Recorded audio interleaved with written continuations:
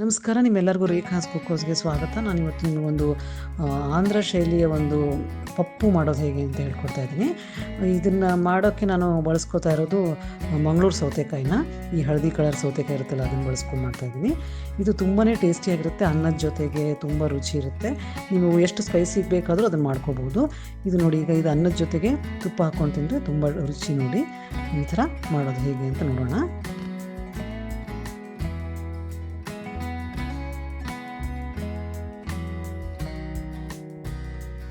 ಇದಕ್ಕೆ ನಾನು ಮಂಗಳೂರು ಸೌತೆಕಾಯಿ ತೊಗೊಂಡಿದ್ದೀನಿ. ಇದು 200 ಗ್ರಾಮ್ನಷ್ಟಿದೆ. ಈ ಸೌತೆಕಾಯಿ ತೊಗೊಂಡಿದ್ದೀನಿ. ಇದನ್ನು ನಾನು ಮೇಲಿನ ಸಿಪ್ಪೆ ತಕ್ಕೊಂಡು ಇದನ್ನು ಸಣ್ಣದಾಗಿ ಪೀಸಸ್ನ ಕಟ್ ಮಾಡ್ಕೋತಾ ಇದ್ದೀನಿ. ಈ ಥರ ನಾನು ಬೀಜ ತೆಗೆಯೋ ಅವಶ್ಯಕತೆ ಏನೂ ಇಲ್ಲ.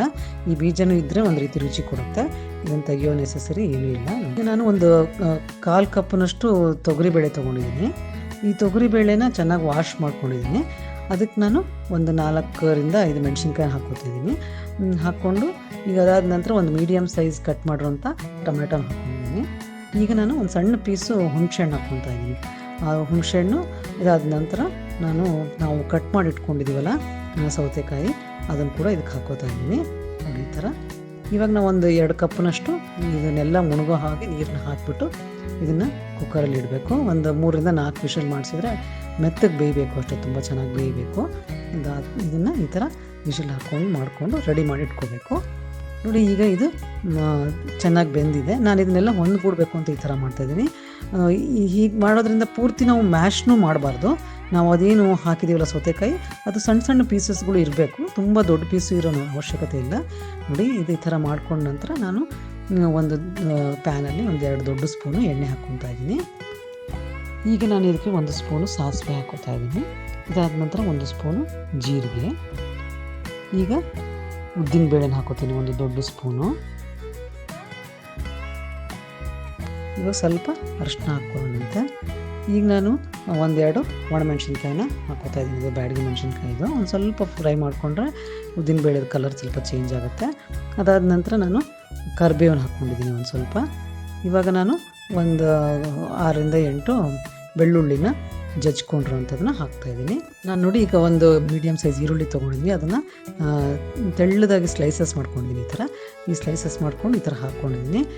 ಇದು ಒಂಥರ ರುಚಿ ಕೊಡುತ್ತೆ. ಈಗ ಸ್ವಲ್ಪ ಇದನ್ನು ಬೇಯಿಸೋಕ್ಕೆ ಅಂತ ನಾನು ಒಂಚೂರು ಉಪ್ಪು ಹಾಕ್ತಾಯಿದ್ದೀನಿ. ಈಗ ಸ್ವಲ್ಪ ಮೆತ್ತಗಾಗುವಂಗೆ ಫ್ರೈ ಮಾಡ್ಕೋಬೇಕು.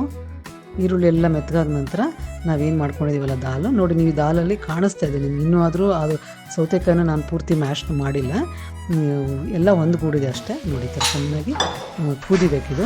ಇದಕ್ಕೆ ನಾನೀಗ ಉಪ್ಪು ಹಾಕ್ಕೊತೀನಿ ರುಚಿ ಬೇಕಾದಕ್ಕಷ್ಟು. ನಿಮಗೆ ಬೇಕಂದರೆ ನೀವು ಖಾರ ಪುಡಿ ಕೂಡ ಹಾಕ್ಕೋಬೋದು. ನಾನು ಮೆಣಸಿನ್ಕಾಯಿ ಭಾಳ ಖಾರ ಇರೋದ್ರಿಂದ ನಾನು ಹಾಕ್ಕೊಂಡಿಲ್ಲ.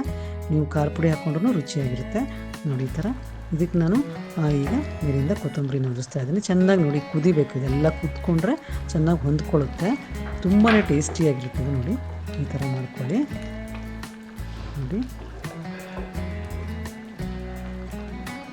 ನೋಡಿರಲ್ಲ, ಈ ಥರ ರುಚಿಯಾಗಿರೋ ದಾಲ್ ರೆಡಿಯಾಗಿದೆ. ಇದನ್ನು ಪಪ್ಪು ಅಂತ, ಆಂಧ್ರ ಸ್ಟೈಲ್ ಪಪ್ಪು ಅಂತ ಕರೀತಾರೆ. ನೋಡಿ ಇದನ್ನ ಅನ್ನದ ಜೊತೆಗೆ, ಬಿಸಿ ಅನ್ನದ ಜೊತೆಗೆ ಸ್ವಲ್ಪ ತುಪ್ಪ ಹಾಕ್ಕೊಂಡು ತಿಂದರೆ ತುಂಬಾ ಟೇಸ್ಟಿಯಾಗಿರುತ್ತೆ. ನೋಡಿ ಟ್ರೈ ಮಾಡಿ ನೋಡಿ. ಆಮೇಲೆ ನನ್ನ ಚಾನಲ್ಗೆ ಇನ್ನೂ ಸಬ್ಸ್ಕ್ರೈಬ್ ಮಾಡ್ಕೊಂಡಿಲ್ಲ ಅಂದರೆ ಸಬ್ಸ್ಕ್ರೈಬ್ ಮಾಡ್ಕೊಳ್ಳಿ. ನಿಮ್ಗೆ ಇದೇ ಥರದ್ದು ಒಳ್ಳೊಳ್ಳೆ ಡಿಶಸ್ಗಳನ್ನ ತೊಗೊಂಡು ಬರ್ತೀನಿ ನಾನು. ತುಂಬ ಟೇಸ್ಟಿಯಾಗಿರೋಂಥ ಡಿಶಸ್ನ ಮಾಡೋದನ್ನ ಕಲ್ತ್ಕೋಬೋದು ನೀವು. ತುಂಬ ಧನ್ಯವಾದಗಳು. Thank you very much.